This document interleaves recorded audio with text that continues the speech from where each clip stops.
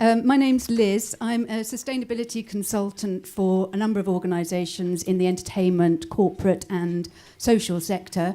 I also do sustainable building design and construction. So we're here to talk about Tame Transport. You'll have to excuse me because I bought 2 pairs of glasses and I'm not sure if I'm going to need either to go on and off because I've forgotten what size the screen was, but we'll see how we go. So we as humans, we love our cars. They save us time, they're comfortable, they provide protection, and they're very convenient. But there's now 38 million cars registered in Great Britain at the moment, and over 300 million in Europe. There's been an increase in car registrations over the last 20 years of over 40%. And in 1993, I was reading a report just this last week by the government in 1993, so 25 years ago, talking about the severe concerns that everybody had, the government in particular, over the number of diesel cars that were on the road, talking specifically about nitrogen dioxide. And since that time, when they were expressing concerns about any increase in the number of diesel cars on the road, over 25 years, that number has now increased by over 600%. So looking at travel impacts... There we go. Right. So looking at travel impacts, transport environmental impacts, I won't go through these in too much detail because we all know them. But for greenhouse gas emissions, we're actually now looking at about a quarter of our carbon footprint per person and per sector in the UK. The leisure industry accounts for... Oh, sorry, I've moved on to the wrong slides. This is where I leave my glasses.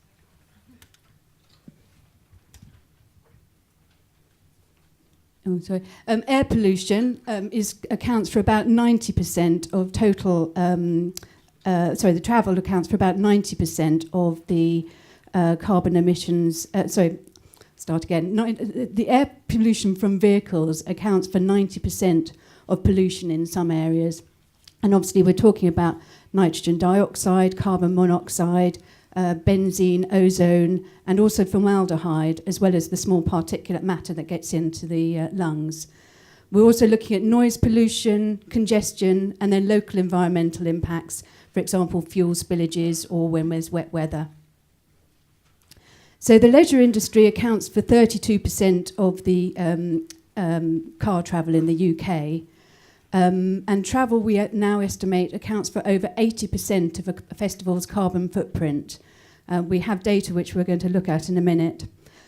Powerful Thinking have just done their industry green survey, and the good news is, though, that about 80% of those taking part are now looking at actually promoting sustainable travel. So I don't know if you can read this on the board, and I won't go into too much detail, but I'll just highlight some points here. So this year we had, and this you can download on the Energy Revolution Sustainable Travel Guide, which actually I think the new edition has just come out today. But we did some analysis on 2 festivals, Shambhala and Cambridge Folk Festival, who I actually am a consultant for, forgot to say that earlier. And we looked at splitting down the data from last year for in-between sectors of the 80% of this massive carbon footprint for the festivals.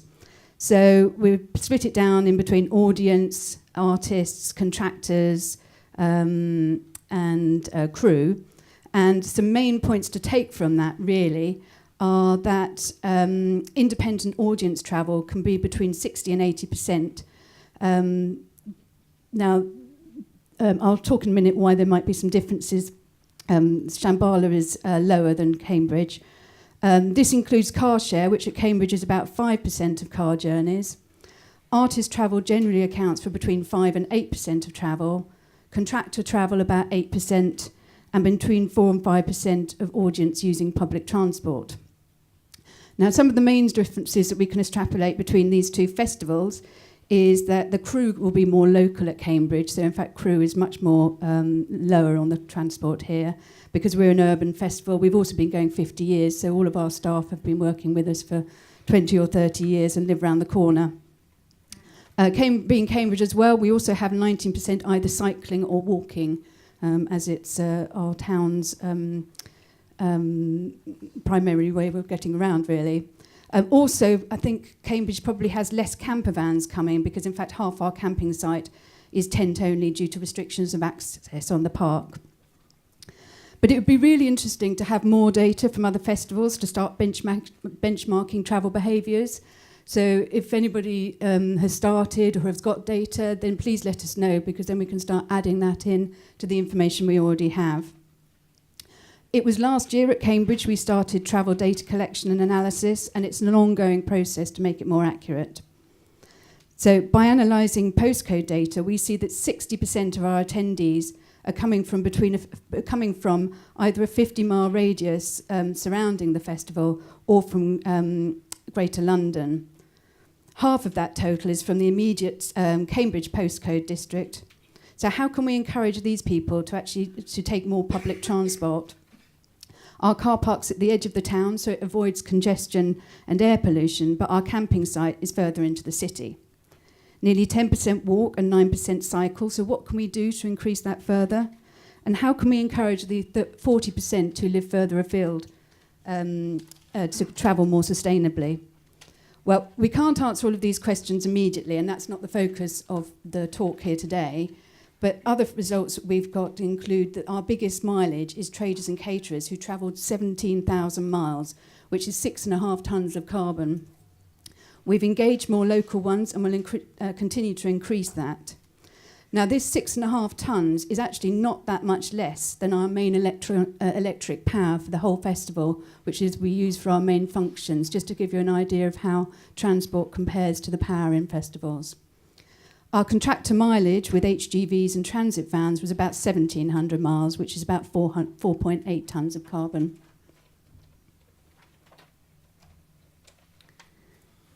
So moving on, once you've engaged with all parties for collecting data and looked at surveys and postcode information, then you can then focus on what makes the biggest impact for improvements.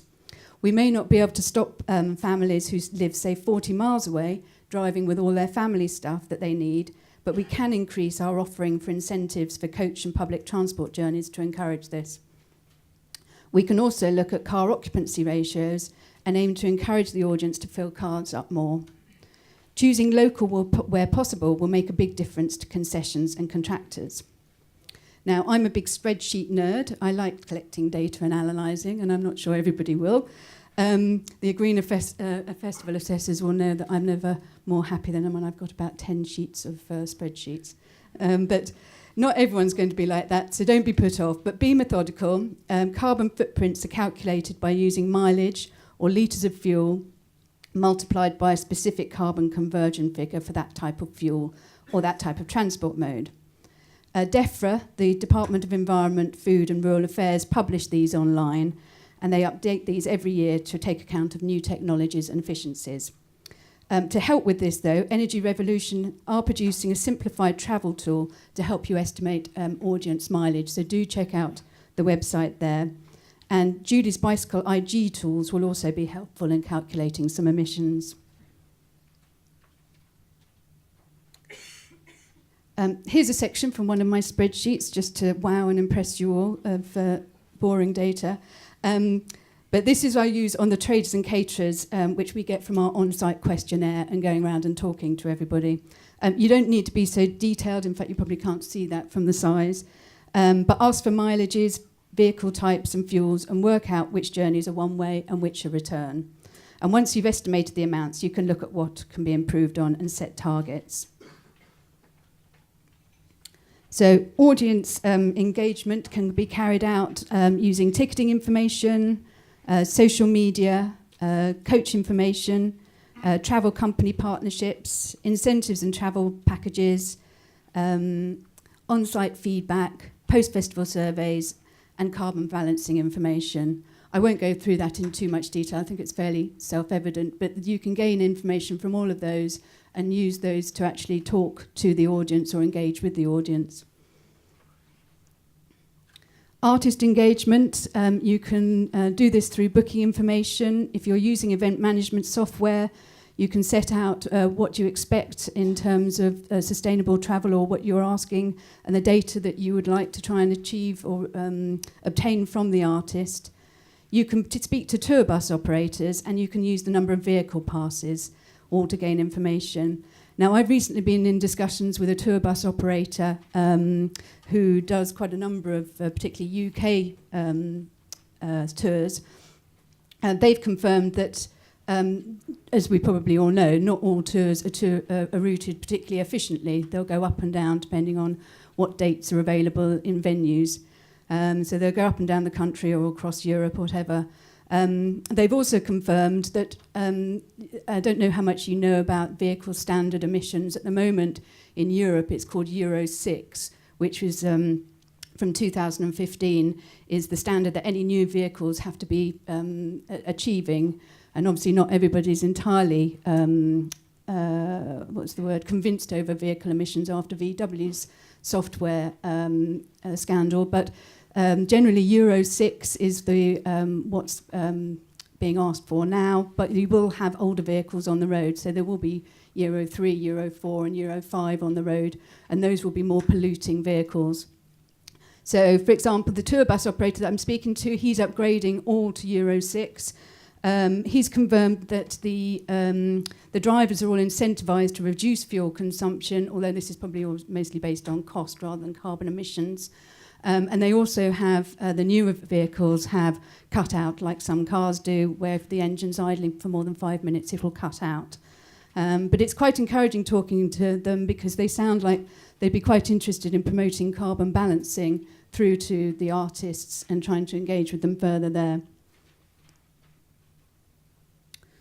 So this is the production manager, who's actively engaging in defacing my no engine idling signs. But you can engage with crew, concessions and contractors, again through event management software, production schedules, using questionnaires, gate information, number of vehicle passes, on-site surveys, generally chatting to them on-site. And this year at Cambridge, we're looking at setting up a Facebook page just for concessions, because we don't actually have room for a wholesale market. So they have to go out if they need extra deliveries or whatever. So we thought if we had an online platform where everyone could liaise together, then we could perhaps reduce car journeys going out to the wholesaler and just generally make it more streamlined. A few case studies then on transport reductions this year. Boomtown, as you may know, coach travel was doubled in 2017 due to increasing coach locations, incentive packages and embedded coach travel options. At Cambridge, we reduced our traders and caterers' carbon travel emissions by 17% last year by choosing more local. We reduced contractor and staff car passes by 1/3 by simply informing them that they needed to car share. I think the lady there was literally computer says no. And Shambhala offered guided cycle rides and are now embedding coach travel for 20% of tickets.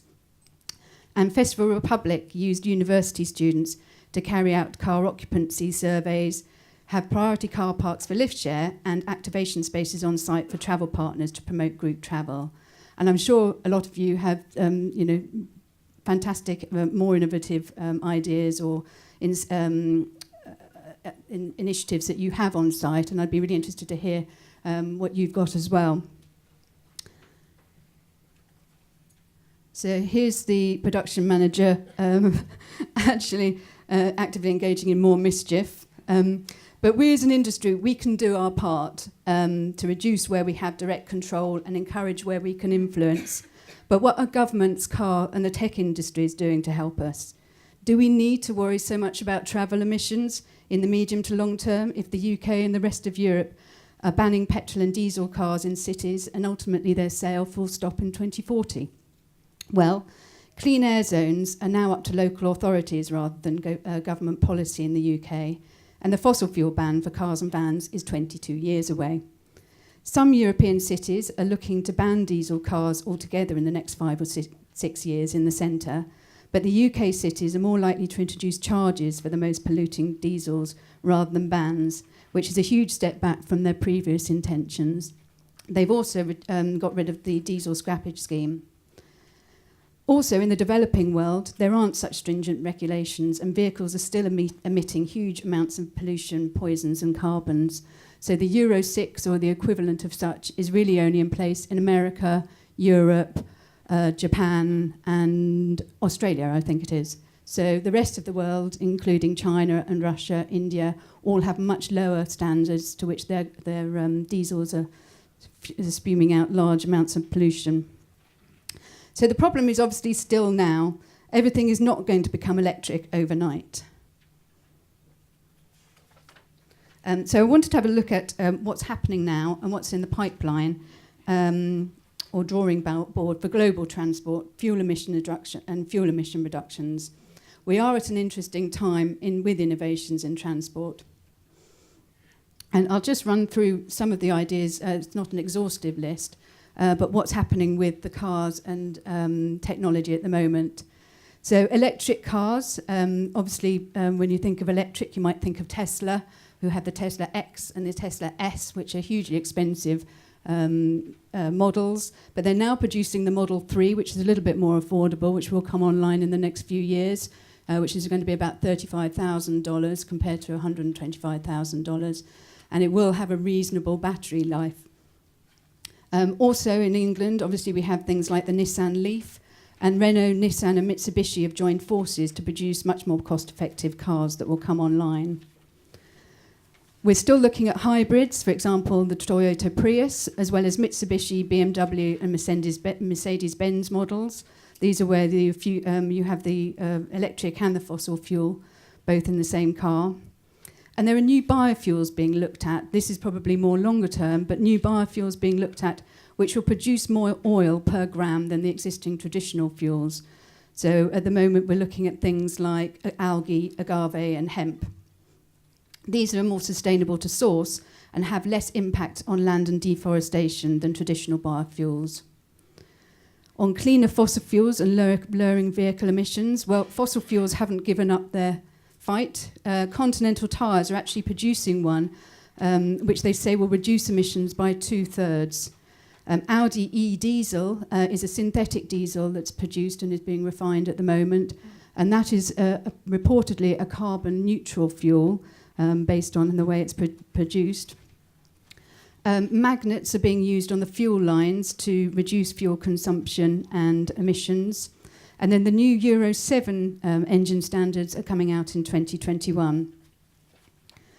We're also looking at advanced communication and analytics. This is using over-the-air software updates and remote control functions to increase efficiencies.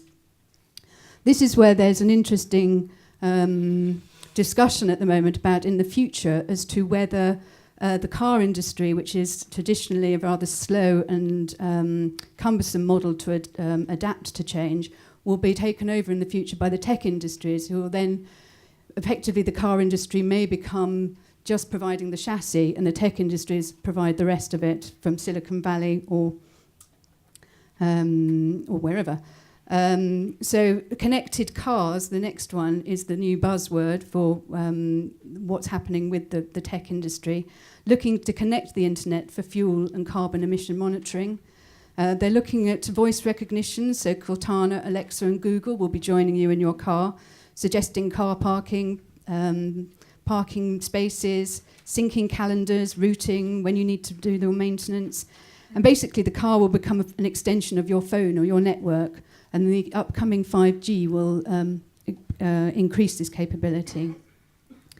There's flexible use for people who look at cars as financial drains. So a lot of the car manufacturers are linking up with rental companies to offer on-demand usage, which means there may be less demand for cars in the future. And artificial intelligence, well, there's things like active windows displays being looked at, with routes and data overlaid on your windscreen, like Mission Impossible. Driverless cars, which will reduce fuel consumption.